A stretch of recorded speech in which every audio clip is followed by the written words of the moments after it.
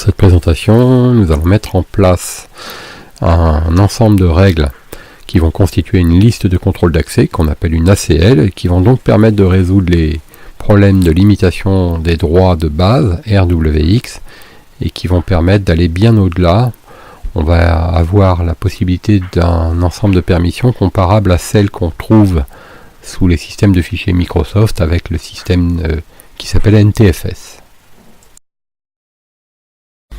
Donc ce que nous souhaitons mettre en place, nous, c'est une autorisation permettant à Bob, en tant que membre du groupe staff, de garder ses permissions ARX sur le dossier EXO, mais nous voulons lui ajouter la permission d'écriture. Donc RWX pour Bob, sans toucher aux permissions de Nico et d'Alice. Nous voulons aussi qu'un utilisateur extérieur comme celui-ci, qui s'appellerait donc Toto, ait le droit de RX, c'est-à-dire de lecture et d'exécution sur le dossier EXO, alors qu'actuellement, il n'a aucun pouvoir. Pour mettre tout ça en place, on a donc la possibilité d'agir sur nos ACL, de les positionner, de les mettre en place avec la commande set FACL, et puis ensuite pour contrôler à tout moment et plusieurs fois, nous serons amenés à faire get FACL. Donc ce qu'on veut, nous, c'est autoriser notre utilisateur Bob à écrire.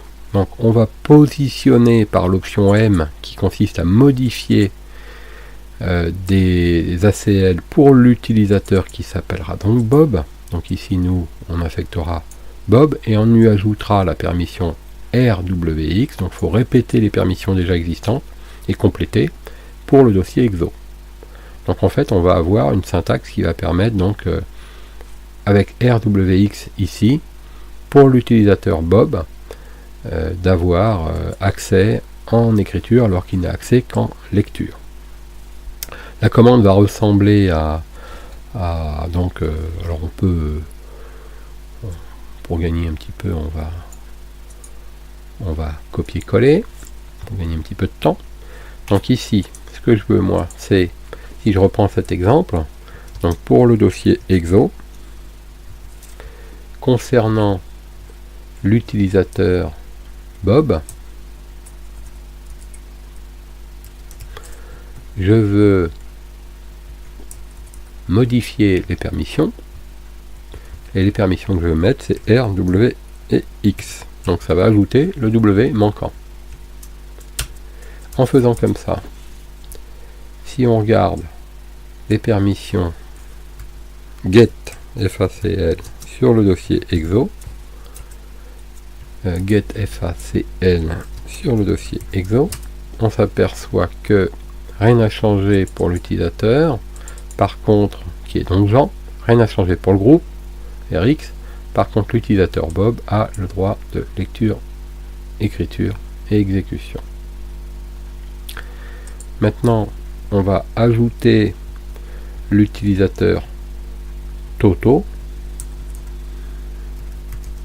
et on va lui donner le droit de lecture et exécution. On va vérifier. On voit que Toto, il a lecture exécution. Bob n'a pas changé. Le droit du propriétaire qui est donc Jean n'a pas changé. Alors on va voir si tout ça fonctionne. Pour faire ça, on va se connecter en tant que... Alors j'avais ouvert plusieurs sessions, celle de Bob tout à l'heure. Et on va en ouvrir une nouvelle pour Toto, qui sera donc l'utilisateur qui ne pouvait même pas accéder tout à l'heure au contenu du dossier EXO. Donc ici Toto, en bas Bob. Bob tout à l'heure ne pouvait pas créer de dossier, ça ne marchait pas. Maintenant il arrive à le faire, ça fonctionne. On voit bien que le dossier Bob a été créé, alors que tout à l'heure il ne pouvait pas le faire. Quant à Toto, il ne pouvait pas rentrer tout à l'heure. Maintenant, est-ce qu'il peut aller déjà dans le dossier var? Est-ce qu'il peut voir le dossier EXO? Normalement oui, tout le monde peut le voir. ls-l, ça sera mieux comme ça, on le verra mieux. Donc il le voit. Est-ce qu'il peut rentrer dans le dossier EXO? Oui, il peut rentrer dans le dossier EXO alors qu'il ne pouvait pas. Par contre, même si il voit le contenu, il ne peut pas rentrer lui-même du contenu. C'est-à-dire que si par exemple il veut faire son dossier -toto, il a un refus.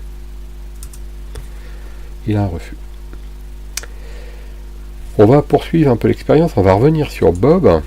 Donc Bob a donc créé son dossier, on voit que ça fonctionne. Bob a créé son dossier, il en est le propriétaire et le dossier a hérité du groupe par défaut, ce qui est donc normal. Peut-il écrire dans son dossier? Oui, en tant que propriétaire. Qui d'autre peut écrire dans le dossier de Bob? Personne. Puisque ici, il n'y a pas de permission. Mais la question est, est-ce que Toto peut accéder au dossier de Bob? Alors, je vous laisse y réfléchir. Moi, je vais créer un fichier dans le dossier de Bob. Je vais appeler ça fichier-bob.txt.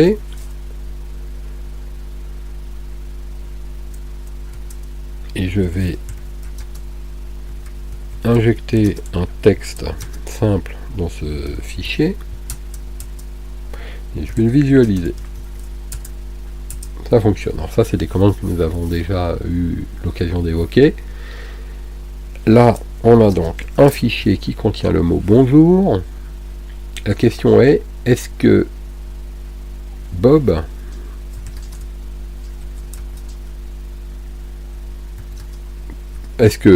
Toto peut aller voir ce fichier et rentrer dedans? À votre avis, est-ce que Toto peut aller voir ce fichier et rentrer dedans? Ensuite, la deuxième question qui se posera, est-ce qu'il peut modifier ce fichier? Donc, si on veut répondre à cette question, il suffit de regarder où se trouve le fichier, dans quel dossier. Bon, déjà, le fichier, on sait qu'il se trouve dans le dossier Bob. Qui peut rentrer dans le dossier Bob? Tout le monde, puisque même les autres ont la permission RX. Donc Toto peut rentrer dans le dossier Bob. Donc si on fait cd dossier Bob, on peut rentrer dedans. Nous sommes Toto. Nous rentrons dans le dossier Bob. Maintenant, la question qui se pose, c'est est-ce qu'on peut voir le contenu du fichier? Oui, tout le monde peut voir le contenu du fichier. Le R est positionné pour tout le monde. Donc 4 fichier et on voit bien le mot bonjour. La question est, est-ce que Bob peut modifier le fichier? Alors Bob, oui, il l'a créé, donc il peut le modifier. Je ne vais pas refaire l'exercice. La deuxième question est, est-ce que Toto peut modifier le fichier? Par exemple, est-ce que Toto pourrait rajouter un mot dans le fichier de Bob? La question est non. La réponse est non, pardon. Pourquoi? Simplement parce qu'il n'a pas le droit d'écriture. Ici. Qu'est-ce qui permettrait à Toto de pouvoir écrire dans le fichier de Bob si Bob ne fait rien? C'est-à-dire si Bob ne change pas les permissions sur son fichier. Si Bob ne change pas les permissions sur son fichier. Si le fichier ne change pas de dossier, si Toto ne change pas de groupe. Donc si rien ne change au niveau de Toto en tant qu'utilisateur, au niveau de Bob en tant que distribution, il ne change pas de groupe, propriétaire, etc. Quelle est la solution pour permettre à Toto d'écrire dans le fichier de Bob? Eh bien, une fois de plus, les ACL. Les ACL, qui a le droit de mettre des ACL dans le dossier de Bob? Eh bien, Bob, en tant que propriétaire, doit pouvoir le faire. Donc, on va essayer. Qui a le droit de mettre des ACL sur le fichier de Bob? Eh bien, Bob, en tant que propriétaire, doit pouvoir le faire. Donc, il va modifier pour ajouter l'utilisateur Toto et lui donner les droits RWX sur son fichier. Ça, c'est Bob qui a fait cette attribution. Maintenant, est-ce que Toto peut écrire dans le fichier de Bob. Il semblerait que oui. Vérifions. Eh bien, bonjour monsieur. Alors, qu'est-ce qu'on peut donc dire comme conclusion pour l'instant? C'est que lorsqu'on est propriétaire d'un élément, que ce soit un fichier ou un dossier, on peut en modifier le modus, on peut en modifier les permissions étendues, c'est-à-dire les ACL. Si ça n'avait pas été Bob qui l'aurait fait, ça aurait pu être root, mais pas Toto. Pourquoi Toto n'aurait pas pu modifier les ACL? Parce qu'il n'est pas propriétaire du fichier, il n'est pas propriétaire du dossier. Voilà. Alors, la conclusion provisoire à cette petite démonstration, c'est de montrer que avec les ACL, on peut faire des exceptions. Et si on revient sur la présentation ici, sur cette planche, eh bien Bob peut écrire dans le dossier exo, alors que il n'est pas membre, enfin il n'est pas propriétaire du dossier, et le groupe dans lequel fait partie Bob n'a pas le droit d'écriture. Et pourtant, Bob arrive à écrire. On voit aussi que Toto, qui est donc un étranger à ce dossier, donc une catégorie ici de autre personne, other, a le droit de lire et d'exécuter, c'est-à-dire d'atteindre le fichier, le dossier exo. On est même allé un petit peu plus loin, on a donné aussi la permission d'écrire à Toto dans un fichier créé dans un dossier exo. Donc on est allé dans les profondeurs du dossier exo, dans un sous-dossier, pour donner à Toto une permission qui lui est destinée à lui et à lui seul, et ça fonctionne. Donc on voit qu'avec ce système d'ACL, on peut quand même aller assez loin dans les manips.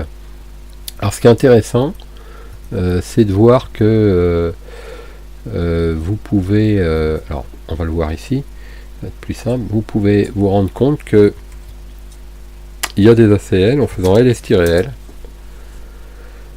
Par exemple là on sait qu'il y a des ACL sur le dossier exo. Comment on les voit en faisant ls-l? Eh bien on constate qu'il y a ce petit plus là qui apparaît ici et qu'on voit très bien là, ce petit plus. Donc ça nous indique, c'est un signe comme quoi il y a des ACL. Et après il suffit de faire get facl, et on peut le faire sur tous les fichiers, hein, get facl, on peut le faire sur tout, ou bien préciser. Nous on va préciser, et là on voit bien qu'il y a des ACL et on voit bien à qui elles sont attribuées. Donc l'utilisateur Bob, RWX, utilisateur Toto. Maintenant si on va dans l'exo et qu'on fait ls-l, on voit bien qu'il y a un dossier Bob, mais on ne sait pas s'il y a des ACL dessus. Eh bien, il n'y a pas d'ACL dans le dossier Bob.